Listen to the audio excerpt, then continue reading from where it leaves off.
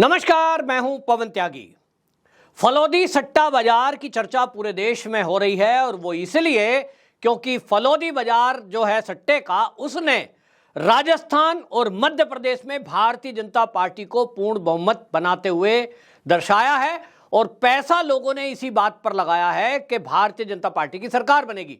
आपको बता दें, जो सट्टा बाजार है फलौदी, इसकी चर्चा हर चुनाव हर उसमें होती है जो सट्टा लगता है, जैसे कि क्रिकेट का मैच होता है। लेकिन लोगों का कहना यह है कि जब किसी भी राज्य के चुनाव होते हैं, उस राज्य के चुनाव में या लोकसभा चुनाव में, यानी विधानसभा का चुनाव हो या राज्यसभा में, ये फलौदी सट्टा बाजार, इस पर सट्टा लगाते हैं किस सीट पर कौन विजय होगा, किसकी सरकार बनेगी, यहां तक कि मुख्यमंत्री कौन बनेगा, इस पर भी सट्टा लगाया जाता है। मध्य प्रदेश को लेकर जो फलौदी सट्टा बाजार में लोगों ने पैसा लगाया है, उस पर जहां एक तरफ मध्य प्रदेश का मुख्यमंत्री कौन होगा, उसके चेहरे को लेकर भी सट्टा लगा हुआ है।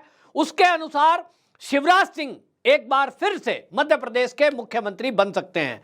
ऐसा दावा इसलिए किया जा रहा है क्योंकि शिवराज सिंह ने जिस तरह की मेहनत चुनाव के पहले लोगों से कनेक्ट करने के लिए की है, वहीं लोगों से जो उनका रिश्ता है, जिस पर उनको मामा की संज्ञा मिली है, उसके कारण एक मध्य प्रदेश की पूरी जो आबो हवा है उसको बदलने का काम जो शिवराज सिंह है उन्होंने किया है। और जिस तरह का परिश्रम किया है, वाकई में कोई नहीं कह सकता था कि एंटी इनकम्पेंसी जिस व्यक्ति के बारे में है, सरकार को लेकर है, ये पासा ऐसा भी पलट सकता है। शुरुआत के दिनों में आप समझिए कि जब चुनावी सरगर्मियां शुरू हुई थी, तो आपको बताऊं कि मेरे पास तो पुख्ता जानकारी थी। मेरे से लोग भी कहते थे, कांग्रेस ने अपने 90 विधानसभा सीटों पर प्रत्याशियों को यह कह दिया था कि आप मैदान में उतरो और मेहनत करो। यानी चुनाव की घोषणा होने के भी 4-5 महीने पहले कांग्रेस ने 90 सीटों पर अपने नाम संभावित घोषित बेशक नहीं किए थे, लेकिन उनको बता दिया जिनको टिकट मिलना है। और इधर बीजेपी थी कि अंतिम समय में भी यह फाइनल नहीं हो रहा था किस सीट पर किसको टिकट मिले। इसका खामियाजा भारतीय जनता पार्टी को थोड़ा जरूर हुआ है और इसका खामियाजा इस कदर हो रहा है कि जिन लोगों को रिपीट किया गया है, उनके विरोध में लोग थे। ऐसे चौंकाने वाले नाम भी आपके सामने आएंगे कि कई मंत्री जो शिवराज सिंह सरकार में मंत्री रहे हैं, वो मंत्री भी अपनी सीट नहीं बचा पाएंगे। मेरा एक अनुमान है जिसके अनुसार ये लग रहा है कि जो मध्य प्रदेश के गृह मंत्री हैं, बहुत कोशिश उन्होंने की और अपने आप को इस तरह का प्रस्तुत भी करने की कोशिश की, उनकी तरफ से काम भी किए गए, लेकिन जनता में उस तरह की संतुष्टि नहीं दिखाई दी जैसे कि एक नेता की होनी चाहिए। अब इसके कारण उनके लिए भी एक मुसीबत बनी हुई है कि वो अपनी सीट जीत भी पाएंगे कि नहीं। अनुमान ऐसा है कि शायद वो अपनी सीट ना जीत पाएं, और ये अकेले नहीं है, कई मंत्री शिवराज कैबिनेट में ऐसे होंगे जो अपनी सीट को लूज करेंगे। लेकिन शिवराज सिंह चौहान का जो परिश्रम है वो रंग लाता दिखाई दे रहा है।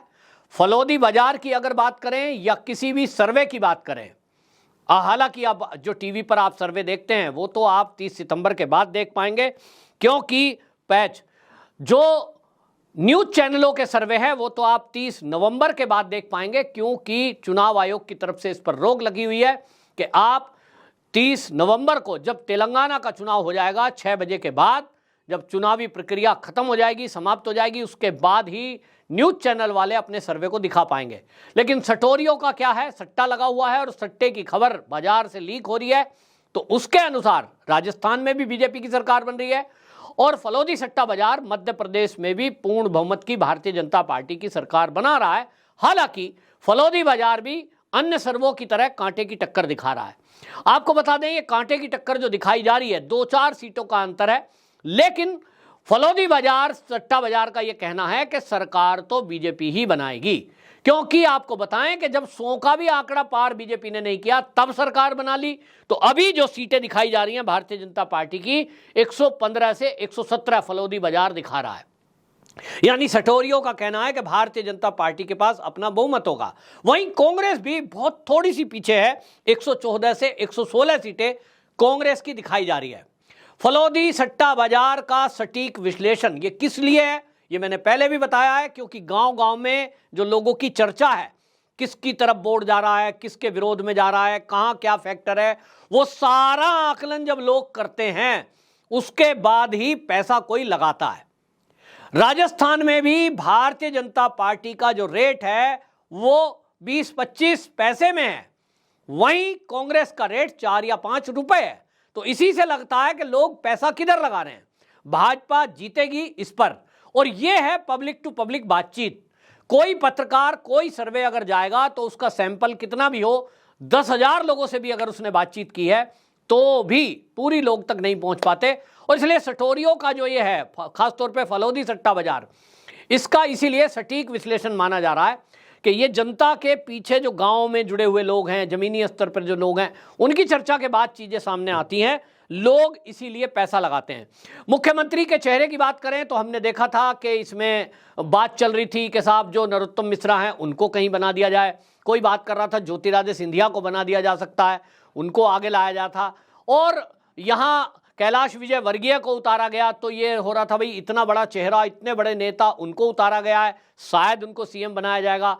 लेकिन जो फलौदी सट्टा बाजार है वो ये कह रहा है कि जिस तरह से जनता की मांग है, जिस तरह से जनता से कनेक्टिविटी है, वो बाकी कितने ही बड़े नेता हों, चुनाव में भले ही वो अपनी सीट बचा लें, लेकिन एक मुख्यमंत्री के तौर पर जो जनता की पहली पसंद मध्य प्रदेश में है वो आज भी शिवराज सिंह चौहान है। महिलाओं ने खास तौर पर शिवराज सिंह चौहान के नाम पर वोट किया है और महिला वोटर ही इसमें निर्णायक भूमिका निभा रही हैं। तब पार्टी आला कमान भी ये सोचने को मजबूर होगा, पैच, जब पार्टी आला कमान भी इस बात को सोचने के लिए मजबूर होगा कि भाई जिसके नाम पर महिलाओं ने वोट दिया है, जनता ने वोट की है, युवाओं ने वोट की है, लाडली बहना योजना जो है जिस तरह से उसको इंप्लीमेंट किया गया है, कांग्रेस भी उस पर सवाल नहीं उठा पाई है। तो ये सरकार का एक ऐसा काम है जिसकी वजह से सत्ता में भारतीय जनता पार्टी वापसी कर रही है। और वो योजना जो लोकप्रिय हुई है वो तब होती है जब कोई नेता जो शीर्ष में बैठा है, यानी सीएम जो है, वो उसको इंप्लीमेंट के लिए अधिकारियों को पुशअप करे, ईमानदारी और पारदर्शिता का पालन करे। नहीं तो आप देखें चुनावी माहौल में ऐसी बहुत सारी कंप्लेंट आपके सामने आ सकती थी कि साहब योजना तो लागू हुई, हमें तो पैसा नहीं मिला, यहां भ्रष्टाचार हो गया। ऐसा एक भी केस कहीं से सुनने को नहीं मिला। इसका मतलब शिवराज सिंह ने बेहतरीन तरीके से सरकारी योजनाओं का इंप्लीमेंट अपने राज्य में किया और कराया है। और यही एक है जिसके कारण अब एक बार फिर से मध्य प्रदेश की जनता सीएम के रूप में शिवराज सिंह को देखेगी, ऐसा सट्टा बाजार कह रहा है।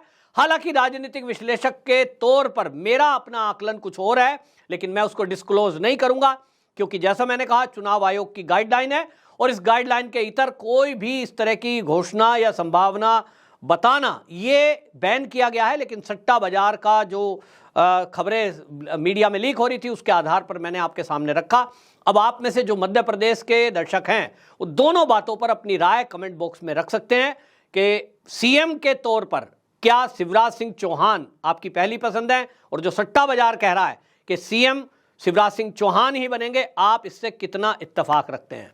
दूसरा, जो सट्टा बाजार ने बताया है कि 115 से 117 सीटें भारतीय जनता पार्टी को मिलने जा रही है, कांटे की टक्कर बताई जा रही है। मेरा आकलन इसके इतर है कि या तो सरकार बनती नहीं दिख रही, और अगर बनी तो यह भी आप समझ लीजिए कि यह आंकड़ा 130 के पार जाएगा भारतीय जनता पार्टी का, क्योंकि एक साइलेंट वोटर है जिसका किसी को नहीं पता होता और वो वोट बहुत निर्णायक होता है। और इसलिए मेरा दावा है कि यह आंकड़ा भारतीय जनता पार्टी के पक्ष में जो जाएगा वो 130 के आंकड़े को पार करेगा। आपकी क्या राय है कमेंट बॉक्स में जरूर बताएं। वंदे मातरम।